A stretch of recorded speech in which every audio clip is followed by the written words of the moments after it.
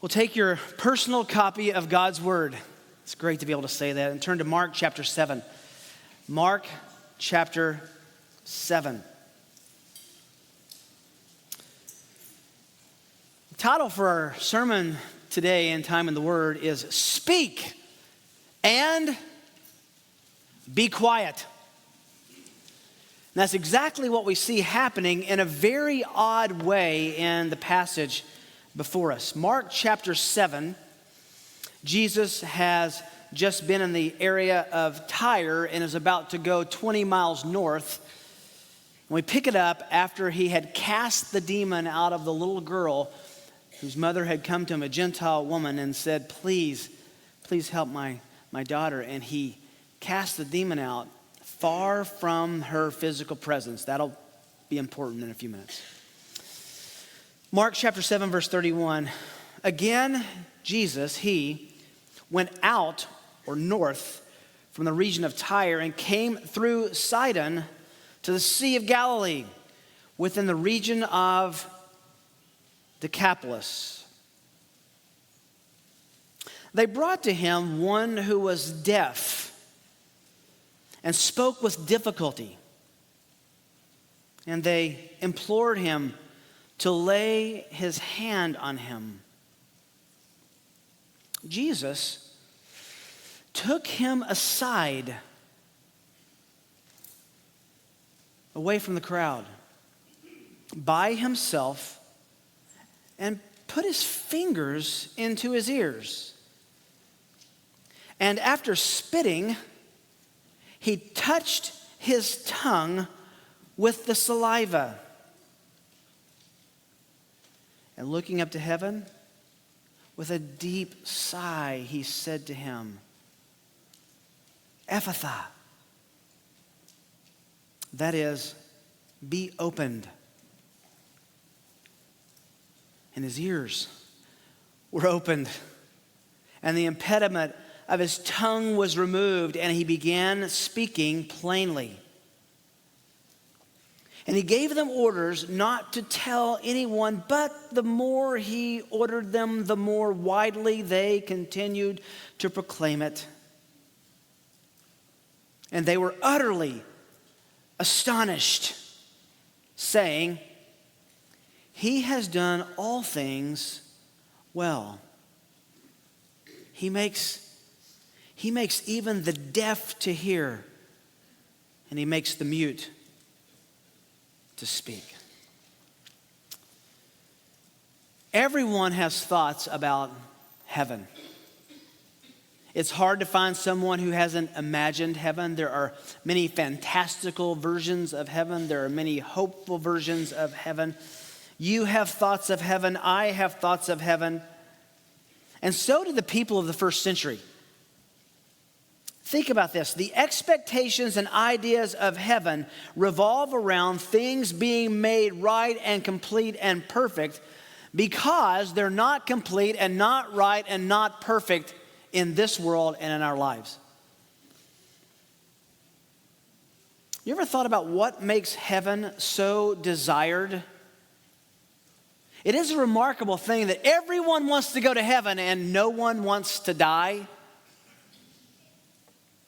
Besides the fact that heaven is obviously contrasted with hell after death, it's the contrast of heaven to this world which makes it so pervasive and attractive. In fact, I would probably argue that in the scriptures, when you see people contemplating the afterlife, they are more comparing this world and the sufferings of it to the wonder of being released from that in heaven than most of them compare heaven to hell. Jesus helps correct that in the coming chapters, by the way. There's certainly nothing wrong with looking at our life and looking at heaven and making a comparison and a contrast. Why? We live in a world that's broken. If everything were great in this life and in this world, no one would long to go to heaven. We would just want to stay as long as we could. And ultimately, the desire for heaven is magnified because of our experiences with trials and with suffering and with sickness and with disease, and ultimately with the threat and the experience of death for ourselves and those we love.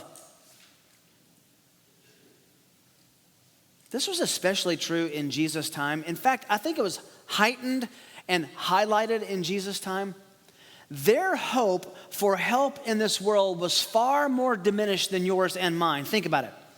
We have medicine, we have antibiotics, we have doctors, we have surgery, we have stitches, we have casts, we have dentists, we have eyeglasses, we have hearing aids. We have so many things that can help us in our physical ailments. No such aids existed in the time of Christ. People often died from the common cold. People often died from influenza. People often died from a simple cut that became infected.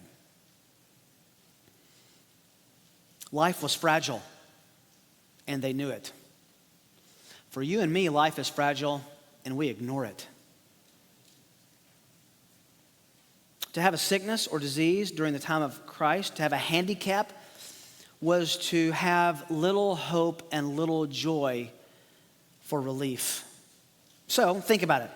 In order to convince and prove that Jesus was indeed God in the flesh and that the King of the universe resided for a few years on the earth, the Lord regularly showed that he could, think about this, create the physical circumstances and experience of heaven in short, brief snippets here on earth.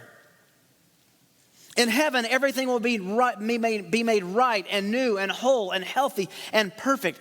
And in his healing miracles, Jesus demonstrated that he was indeed able to make the sick well, the diseased healthy, the lame to walk, the blind to see, the deaf to hear.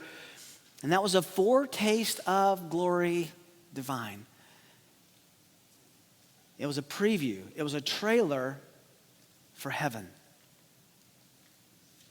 This was proof, these miracles that Jesus did in his life, and preview that Jesus is the King and he would set all things one day right in his coming kingdom.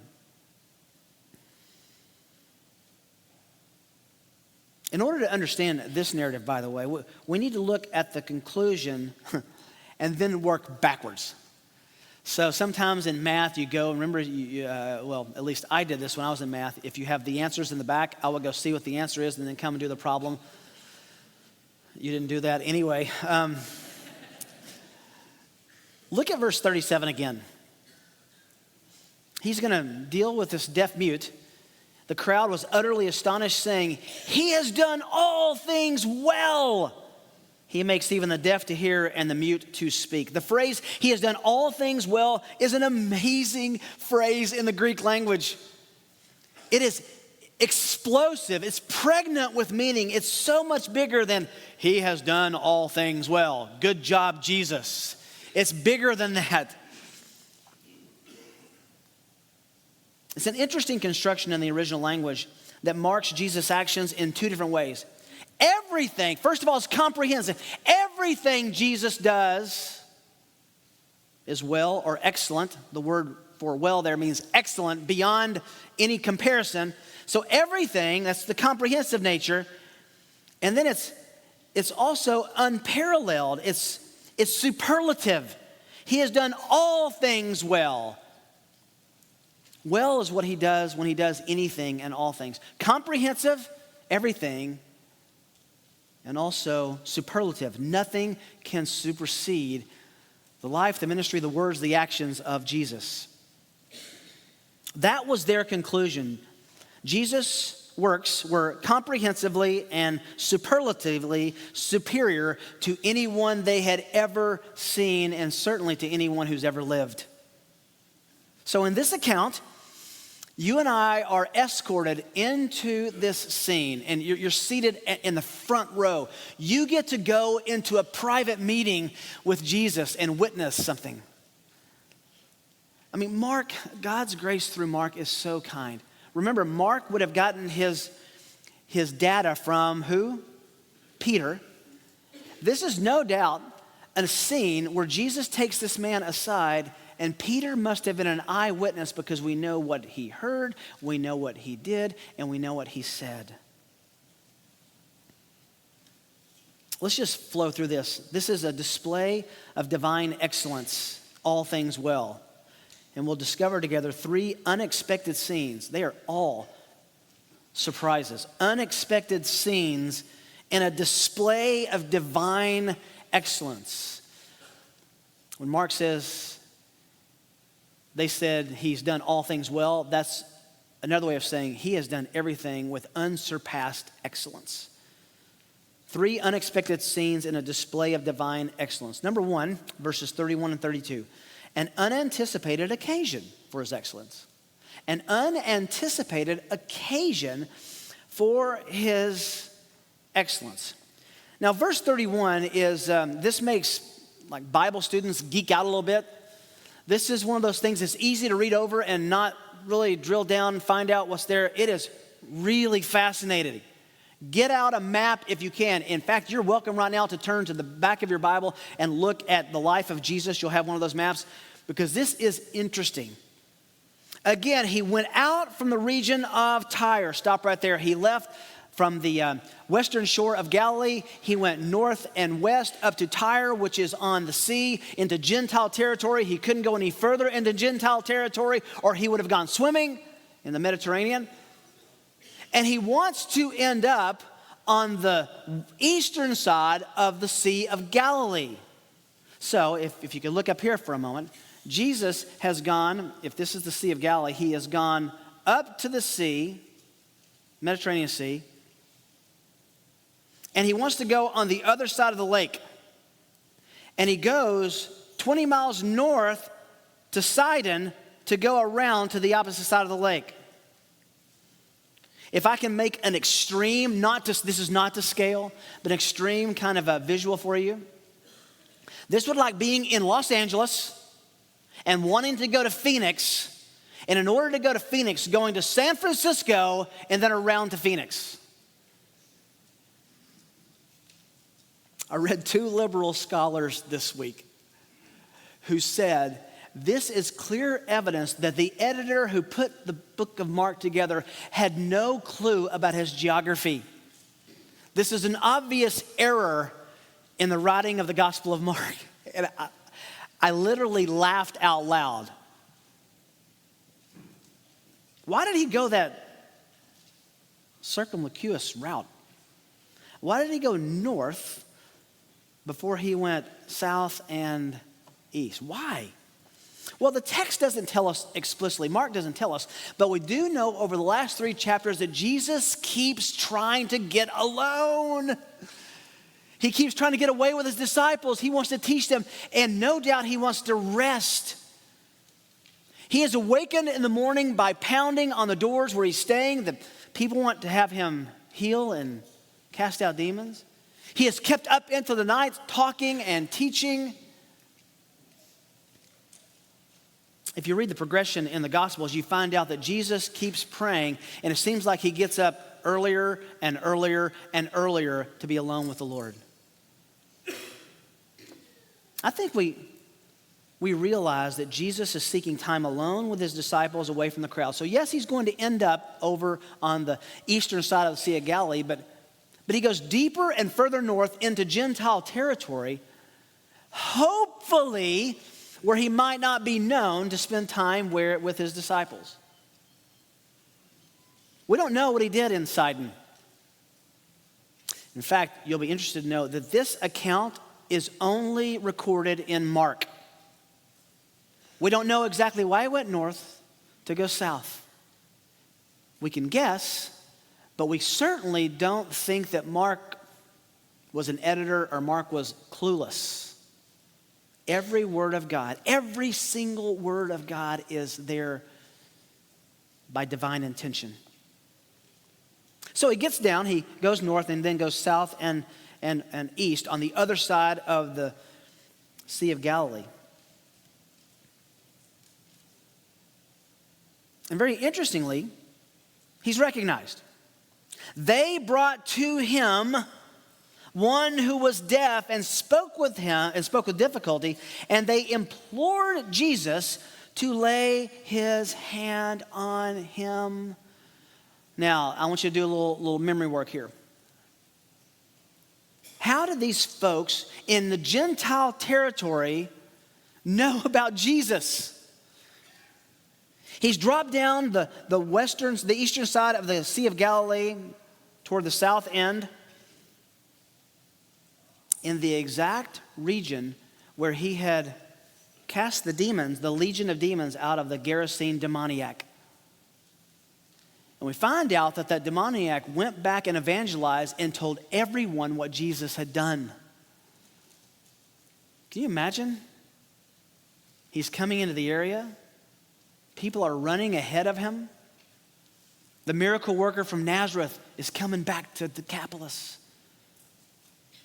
If you knew that someone was coming to your area who could heal any disease, cast out any demon, make the lame to walk, the blind to see, the deaf to hear, the mute to speak, and you knew someone who is deaf and mute, what would you do? Exactly what these folks in verse 32 do. They brought to him one who was deaf and spoke with difficulty. Matthew 15 describes this scene like this. Jesus went along the Sea of Galilee. Having gone up on the mountain, he was sitting there, and a large crowd came to him, bringing with them those who were lame and crippled and blind and mute, with many others. And they laid them down at his feet, and he healed them.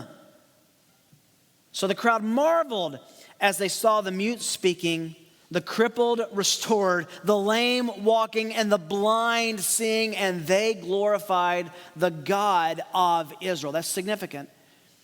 Gentiles glorified the God of Israel. You know, one of the things you see throughout Mark, remember, Mark is writing to a predominantly Gentile audience, Greek-speaking audience. We'll see that he has to translate an Aramaic word in just a moment. And for these people in a Gentile area to glorify the God of Israel, not just a God, not just any God, they recognize salvation coming from Israel. In fact, folks, they recognized the messiahship of Jesus before the Jews did.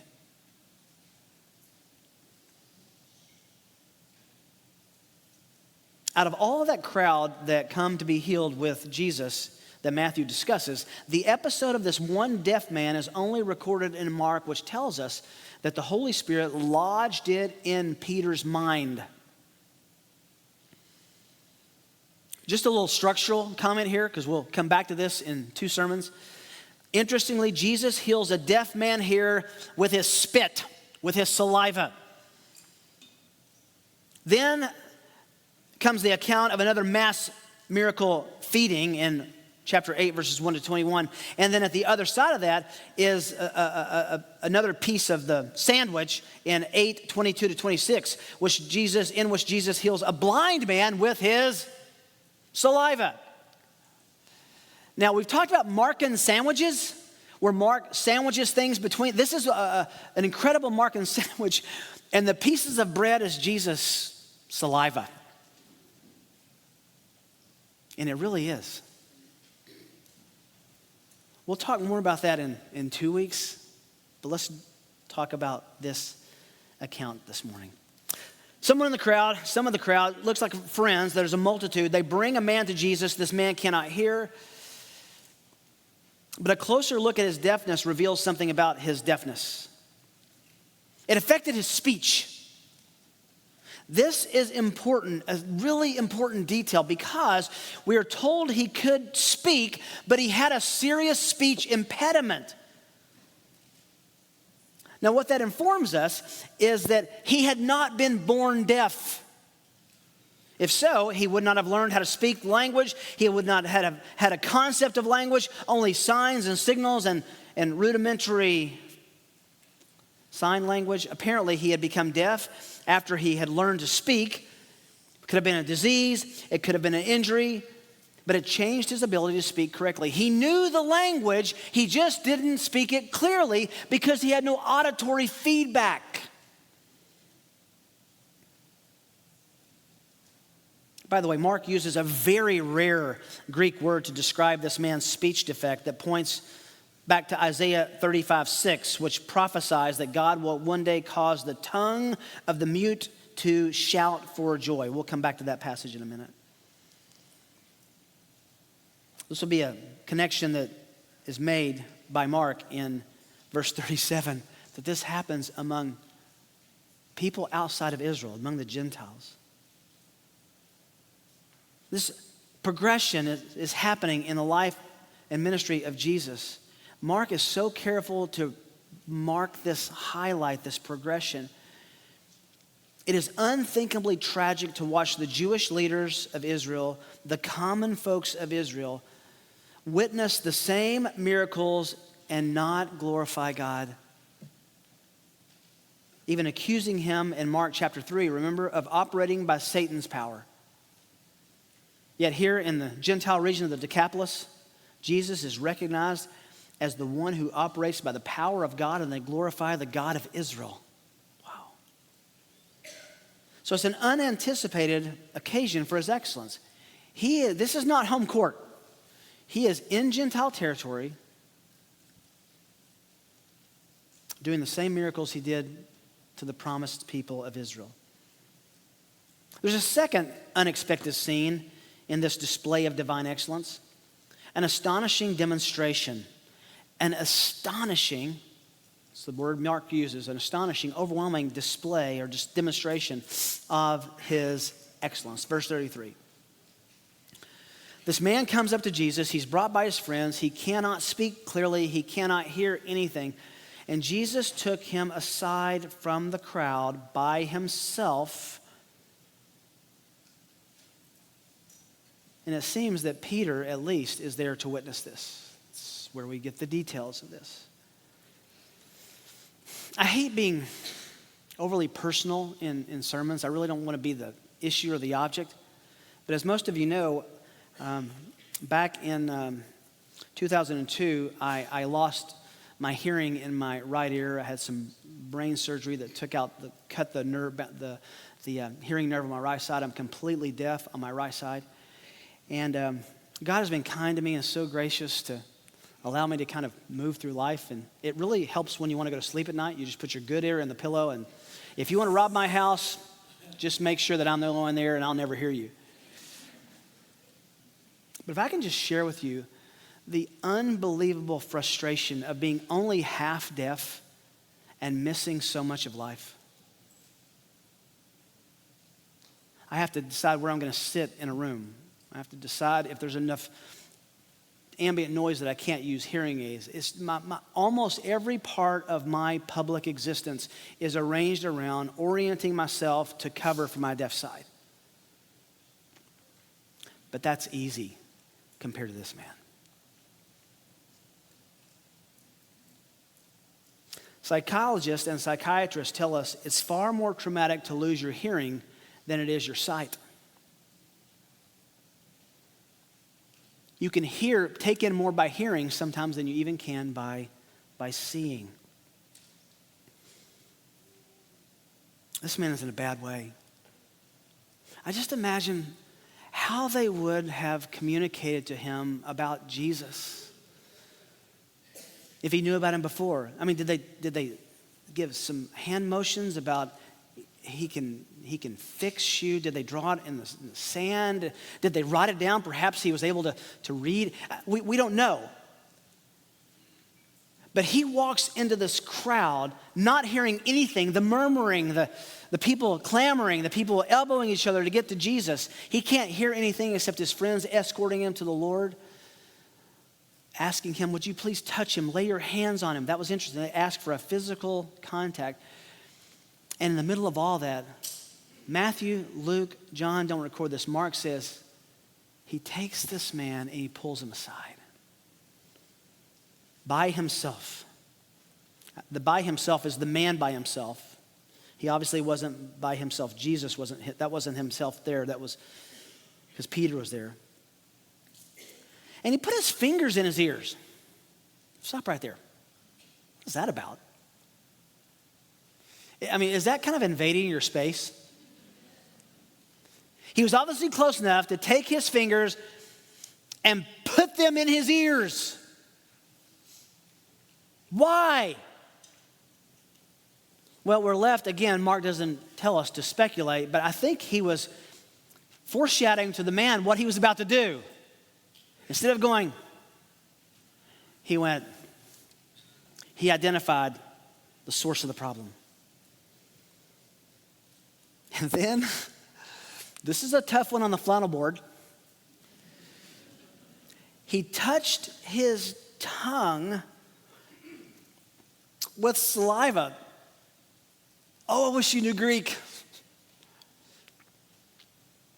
He spit for the purpose of putting it in the guy's mouth. This text is not explicit, but it's not difficult to imagine the account from this deaf man's perspective. He can see this all happening. He can't hear anything. Everything, because he can't hear, has to be visual. Jesus is very visual with him. He gets alone with this Nazarene healer, taking everything in by sight.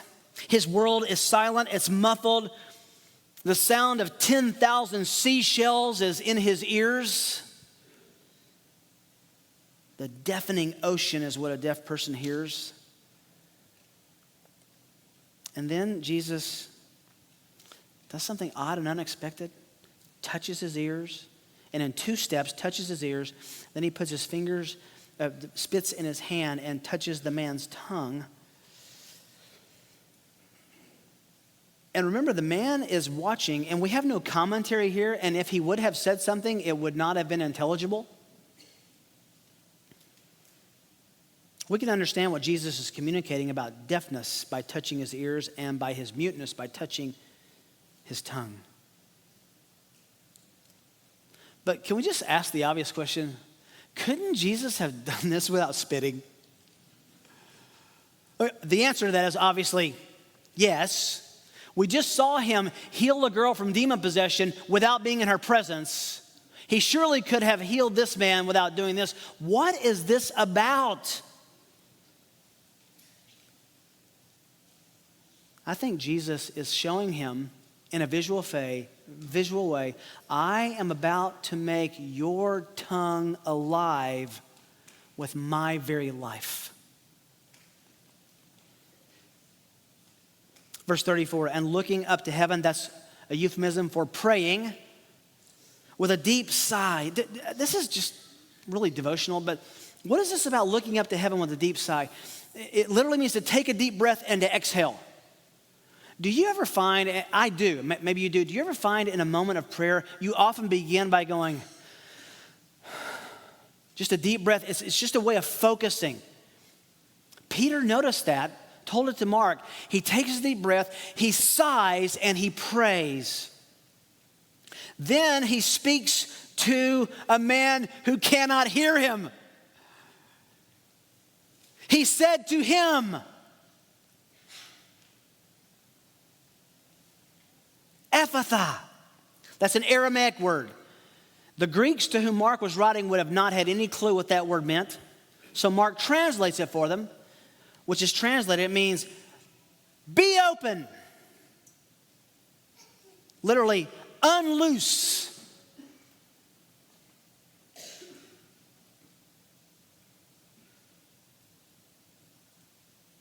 Looking up to heaven, deep sigh in prayer, looks to the man and says, be opened.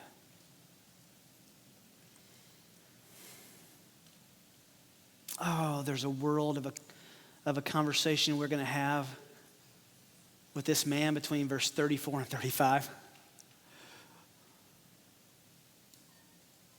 Verse 35, and his ears were opened. He heard. And the impediment of his tongue was removed. And he began to speak, and he began to speak plainly, understandably, with no impediment. You ever had a television that was turned on, a computer that was turned on, a device that was turned on, but it was on mute?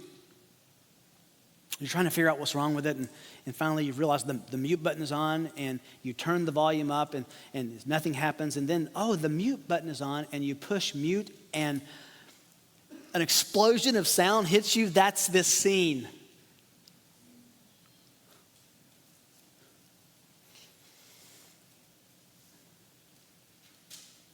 I just imagine this guy's joy. His world opened. He heard. And then we find out something. He begins talking to Jesus. How do we know that? Because it says he began speaking plainly. What do you think he said? Is that hard to imagine? Do the words thank you come to mind? Do the words oh my come to mind? Do the words I could hear you come to mind? And when he said this, he heard himself say it perfectly. What a Savior. What a God in flesh. Instant correction of the speech. Instant hearing. I want to know what he said. Whatever he said, it was plain. It was understandable. But I imagine thank you was there. William Lane, in his excellent commentary on Mark, says, the healing did not consist in the fact that the man spoke, but that he spoke without defect. His command of language confirms that he had not been born deaf and dumb. His normal speech formed a surprising contrast to his former stammering. No speech pathologist. He instantly spoke perfectly. You know what? Jesus cares for people who we shouldn't expect that he would care about. The Gentiles have become the enemies of the Jews. They become the derision of the Jews. They have become the persecutors of the Jews. And just watch in the next 70 years to see how the Gentiles will even persecute the Jews further. Jesus cared for a Gentile who needed care. Can you just grab the fact that Jesus cares for those who need care? He knows, he understands, he cares about your physical ailments, and he may not come and touch a tongue or put his fingers in your ears, or as we'll see in 2 weeks, cause your eyes to see in this life. But remember, this is a foretaste and preview and a trailer for the King in his kingdom. I think about heaven, and I think about me. It's probably selfish, but you probably do too. I want to hear. First of all, I want to hear so badly. I don't want to ignore people on my right side and make them think I'm rude. I want to hear the beautiful music of heaven. I'm sad that I can't hear the full spectrum of what Aaron does for us each Sunday. I want to sing really well too. I like to be tall. Or for all of you to be short. These healings, they just bless us by remembering that we are one day going to be free from everything that perplexes us and that persecutes us and that troubles us, that dogs us in this world. If you know Christ, that's your hope.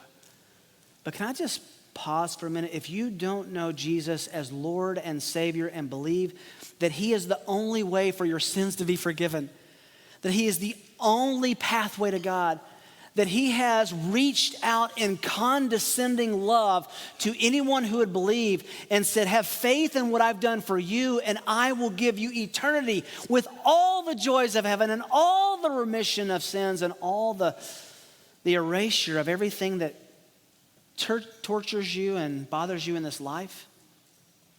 You can have that. You can have that today by believing in this miracle worker who is a sinless lamb who died for the sins of those who believe and rose from the dead and offers us the hope of all of our troubles being gone one day in heaven for all eternity. What kind of fool would say no to that? If you don't know the Savior today, you have come to the right place, hearing the right passage on a good day, and there will be people all around you. You can just look to them and say, can you help me understand this a little more? Or our prayer room will be open and you can talk to someone as well. Please don't leave the building. Please, I'm begging you, don't leave the building without having your soul anchored in this kind of hope for the forgiveness of your sins and the hope of a perfect life forevermore in heaven. You can have that today. Astonishing demonstration of his excellence. Peter saw it. Peter heard it. And that brings us to number 3, a surprising response to his excellence. A surprising response to his excellence. We're going to go back and revisit something that we've already seen in the book of Mark and in the life of Christ. A surprising response to his excellence. Verse 36. And he gave them orders. We don't know if the them is Peter and the guy and anyone else who would have been with him or the crowd. Seems to be this command to have leaked out to the crowd, as we'll see in a moment. He gave them orders not to tell anyone.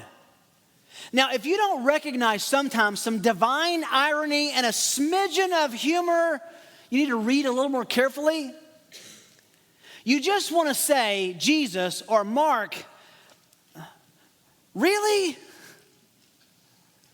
Is this guy just supposed to hide the fact that he can hear and hide the fact that he can speak well? What if someone drops a book behind him or drops a vase behind him and he's startled? Is he supposed to pretend like he didn't hear it?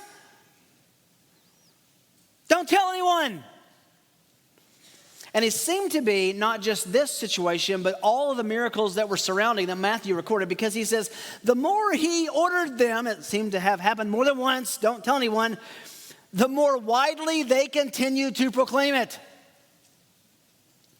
This in the Gospels and in the book of Mark is what theologians call the silence motif in the life of Christ. And for us studying Mark, it's the silence motif again. 4 times after he performs miracles, Jesus commands the people to say nothing about it, to be silent. He said that of the leper in 144.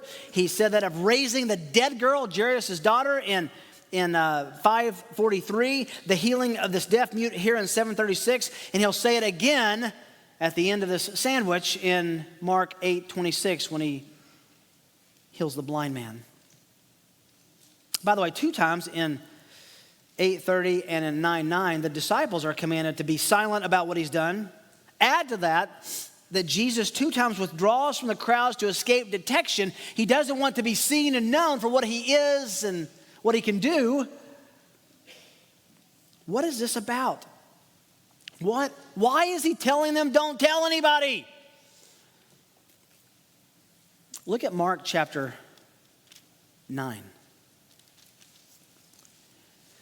We are so fast getting to the place where Mark is going to usher us to the cross.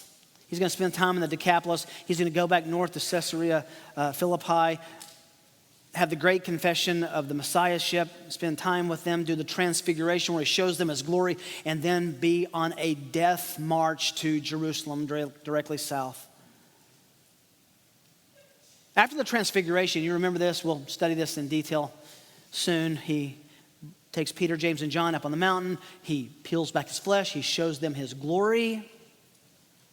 They were coming down from the mountain, verse 9. As they were coming down from the mountain, he gave them orders not to relate to anyone what they had seen. There it is again.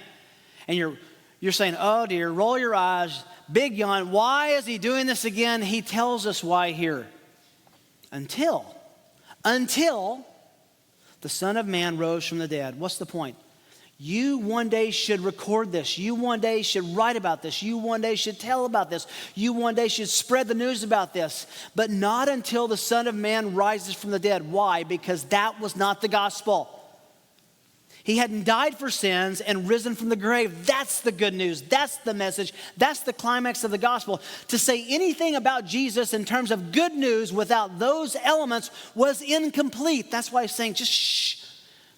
It's not going to be long and you'll be able to tell everybody. But until then, know that this is not the message. Oh my, our friends in the health and wealth movement, they think that's the message. It's not the message. That's the hope of heaven for which we've seen previews, but it's not the message. Often, Jesus' message is exactly the opposite. Those who desire to live godly in Christ Jesus will be persecuted. It's no surprise, Peter says, when people come to cause you harm. Don't tell anyone. And we know from what Mark says in 9, there may have been some color commentary here. Listen, this is not why I came. This is to let you know who I am, but you're going to find out when I go to Jerusalem and die for sins and rise from the grave. That's why I came. You can hardly blame them for spreading the news. Can you? I think of Jairus' daughter. His daughter was dead. She rises from the dead, and he's not supposed to share that at dinner the next night with somebody? But the point was that wasn't the complete message. Now we come to the climax of this miracle, the response, verse 37. They were astonished. In the common vernacular, that was they were blown away, they were waylaid, they were overwhelmed, they were speechless. They had nothing to even participate in that would respond to what they had seen. And their conclusion, Gentile audience, hadn't grown up with the oracles of God, the temple worship, hadn't grown up in the synagogue with lots of teaching. They concluded by hearing and seeing Jesus this. He has done all things. Stop right there. Not just this miracle, but his teaching, his miracles, his casting out demons, his interaction with the poor, his interaction with the needy, his confrontation of the scribes and Pharisees who will dog him even in the Decapolis in coming chapters. Their conclusion, he does everything without equal, well, excellently, comprehensively, everything he does well, and superlatively, what he does is better than anyone else could possibly offer. We sing it sometimes. They recognized Jesus was amazing, and by God's good grace and their careful observation, they were what? Amazed. He's done all things well. He's done everything excellently. Then Mark adds this. I'm not sure they concluded this. These are Gentiles who would not have been regularly reading the prophet Isaiah, but Mark knew Isaiah well, so he says, he makes even the deaf to hear and the mute to speak. It's probably something that the disciples had private little discipleship lessons with the other people about and said, you need to understand, this is connected to Isaiah. Isaiah 35 verse 5. The eyes of the blind will be opened. The ears of the deaf will be unstopped. Then the lame will leap like a deer. The tongue of the mute will shout for joy. For the waters will break forth in the wilderness and streams in the Arabah. In other words, he will make all things new. Streams in the Arabah is the desert. This is talking about that already and not yet dimension of God's kingdom. We're participating in part of it now. It will be fully realized in the future, where the king will physically rule and all things will be physically made new and right. Eventually there will be a new heavens and a new earth. Every tear wiped away. And Mark highlights the point that the conclusion is this is what Isaiah said would happen. And it's happening. Think about the creation account. Repeated 7 times in the creation account, Genesis 1:4, 1:10, 1:12, 1:18, 1:21, 1:25, 1:31. 7 times, God does something in the creative order and says, he saw that it was what? Good. He saw that it was good. He saw that it was good. He looked at what he had done and saw that it was good. Friends, here, a group of Gentiles in Gentile area saw what Jesus had done and made the same conclusion. Everything he does is good. It's excellent. I think that's one of the most important takeaways for us. Your God does all things with excellence. And when we don't experience the visceral experience of that excellence, it reminds us that this is not the end and not the world that lasts forever, but there is one day a kingdom coming with a king who will make everyone with any infirmity like this deaf mute. Psalmist said, you are good and you do good. Psalm 119, verse 68. Romans 8:28, we know that God causes, two words, what are they? God causes, what are they? All things to work together for good. But then they're back to salvation, to those that love God, to those who are called according to his purpose. I think most of you who've been here for any amount of time know that I have some favorite dead guys, some favorite theologians. All my favorite theologians are in heaven right now, I think. J.C. Ryle, commenting on this, I read this and it was one of those moments I just read it and pushed back from the chair and said, wow, what a reflection. Listen to what J.C. Ryle says.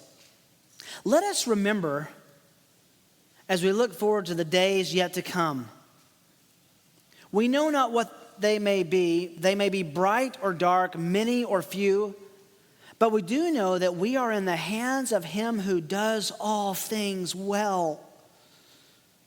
He will not err in any of his dealings with us. He will take away and give. He will afflict and bereave. He will move and he will settle with perfect wisdom at the right time and in the right way. The great shepherd of the sheep makes no mistakes. He leads every lamb of his flock by the right way to the city of habitation. We shall never see the full beauty of these words till resurrection morning. We shall then look back over our lives and know the meaning of everything that happened from first to last. We shall remember all the way by which we were led and confess that all that was done was well done. The why and the wherefore, the causes and the reasons of everything which now perplexes us will be clear and plain as sun at the noonday. We shall wonder at our own past blindness and marvel that we could have ever doubted our Lord's love. Now we see through a glass darkly, quoting 1 Corinthians 13, but then we will see face to face. Now we see in part, but then we will know even as we are known.